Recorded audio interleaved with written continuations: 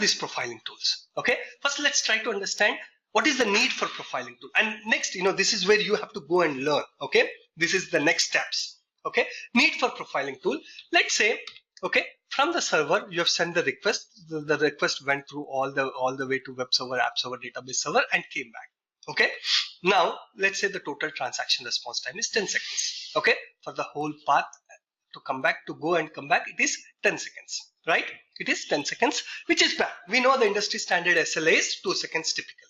But what we are getting, let's say this is the launch transaction or login transaction. Let's say it's a login transaction. You're going and logging in and you get the response back. Let's say this is 10 seconds. Okay, 10 seconds is pretty bad. Okay, 10 seconds is bad. Now, as a performance tester or developer or whatever, we have to identify where is the bottleneck, why it is taking 10 seconds.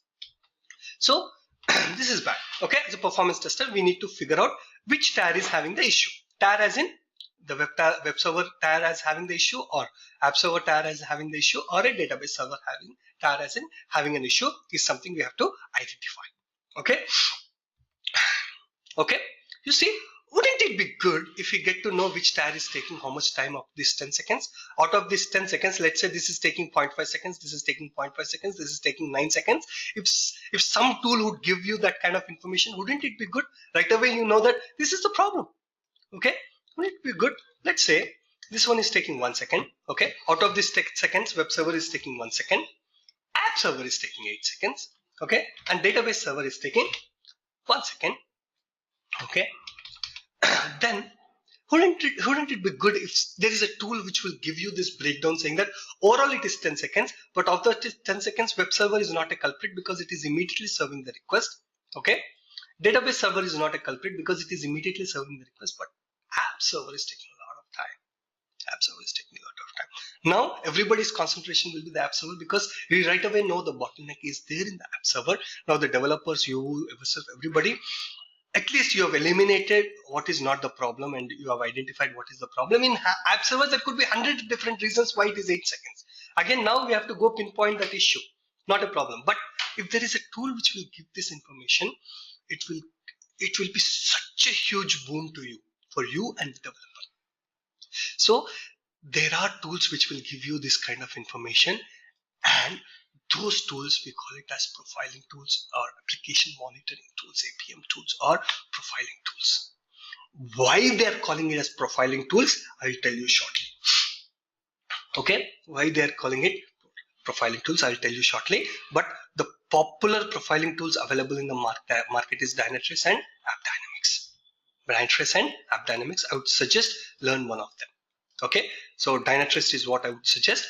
AppDynamics is also good. Okay, that's where your next concentration should be, to learn these tools.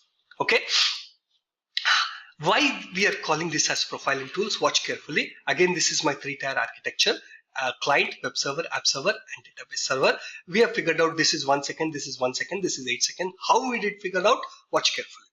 Okay, so what happens is this Dynatrace will have something called profiles or agent. Okay, so what we do as a performance tester, we take this agent, which is a piece of code which belongs to Dynatrace, and put it in the web server. Okay, take this agent, put it in the app server, and then okay, and one more thing, guys. Okay, so whenever you attach a software to a hardware, we call it as an installation, right? So you have a Microsoft Office, you attach that Microsoft Office to your desktop, you call it as an installation. You say that I have installed Microsoft Office on my desktop, right? Because you're attaching something to the software to the hardware. Let's say the VLC player. Okay, you have taken the VLC player and then attached it to your desktop. Okay, we don't call it as attaching, we call it as installation. You say that I have installed the VLC player on my desktop, which means that whatever the software which is the VLC player, you are attaching it to your hardware, which is the desktop, and we call that process as an installation. Here also, this process of taking the agent from your Dynatrace tool and putting it in your web server, we don't call this as an installation, but we call this as an instrumentation. What do we call it as? Instrumentation. So we have instrumented web server, app server. Database server is not required. From the app server itself, we'll be able to capture the database server. Okay, now these agents which are looking at here, they will right away calculate how much time this has taken, okay, to travel, and how much time this has taken. So let's say this has taken 1 second, so web server is taking 1 second, and this overall path is taking 9 seconds. So 9 seconds minus 1 second is 8 seconds. So it will be able to calculate how much time it is. So overall time minus this time will be this time, the time spent on the web server. Overall time from the client minus the time spent on the web server will be the time spent on the app server, which is 8 seconds. Okay, and then 1 more second.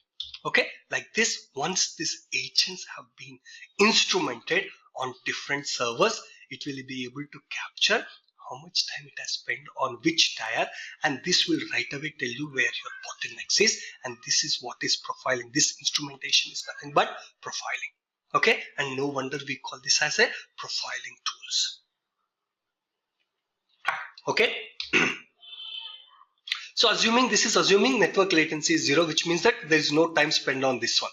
Okay, so there's only time which is spent on his app server, but there is a little bit of time spent on this network as well, which I'm ignoring for our discussion purposes. Okay, whatever the time that spent the data, the request to come and then travel through the network, we call that as network latency.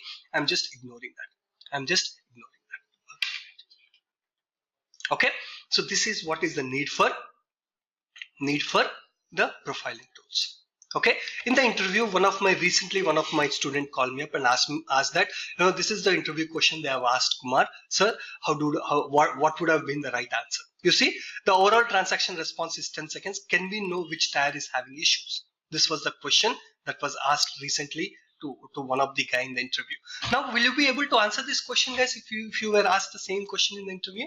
The overall transaction response is 10 seconds. Can we know which tier is having the issue? Yes, certainly, yes, 100%.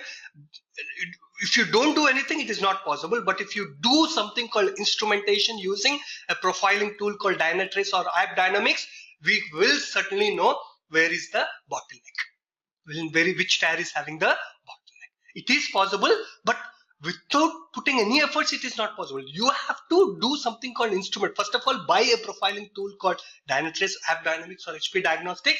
Then you do the instrumentation. Then it is possible. Okay. Okay.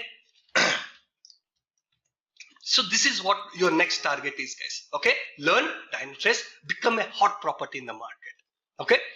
In US as well, it's a good combination. Performance testing tool, one performance testing tool, and one profiling tool. You cannot learn all the performance testing tools. You cannot learn all the profiling tools. What I would suggest is start with one performance testing tool and one profiling tool, and then slowly but surely learn Jmeter and then App Dynamics and other things, and start looking into the performance engineering 3 years down the lane, and then start planning to become a system architect if you are a tech savvy. Okay, system architect is such a honorable field, I'm telling you. Lot of money is there, lot of respect is there, but at the same time you have to be technically good as well. Okay, you can even become a CTO, Chief Technical Officer of a company, after system architect, junior system architect, then senior system architect, then a CTO. CTO is a huge thing, guys, I'm telling you. Chief Technical Officer, that's a huge thing.